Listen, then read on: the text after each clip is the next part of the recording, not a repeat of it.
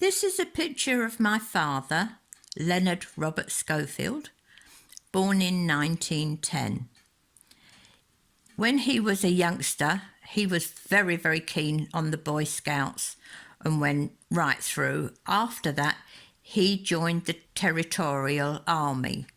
So that meant when war started, he was one of the very first to be called up.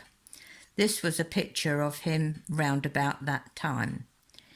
He was addicted to his pipe, and I think most of the photos we have of him is of him with a pipe. Wouldn't go down very well now.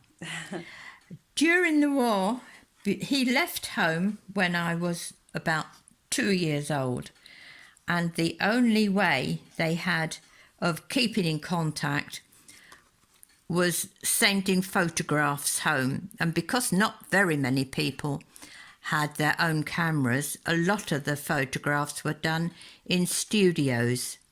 This was a picture of me and my mum, and on her dress she has a Royal Artillery brooch. A lot of the wives used to wear these. That was the kind of thing that they were given. During the war, I hardly ever saw my dad. This was a picture, I don't know how old I was then, but of him in his army uniform, home on leave, probably before he went off to, well, he was in Italy at Monte Cassino, and he was in the 7th Army in Egypt. This is a picture, I don't quite know where he is, but they all had to go and visit the pyramids. That made a very deep impression.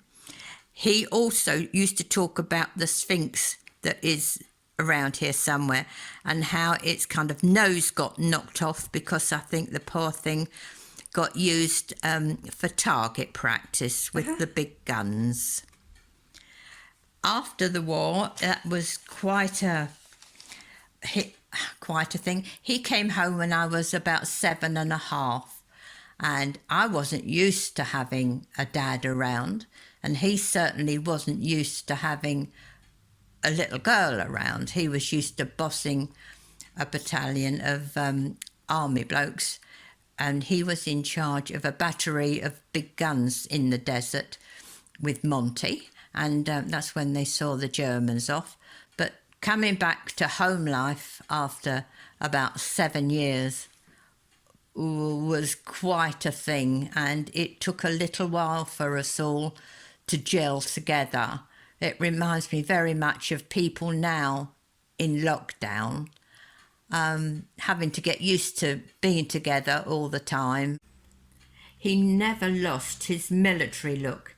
He had that little tash, and he always looked smart, and you could have seen your face in his very, very shiny shoes.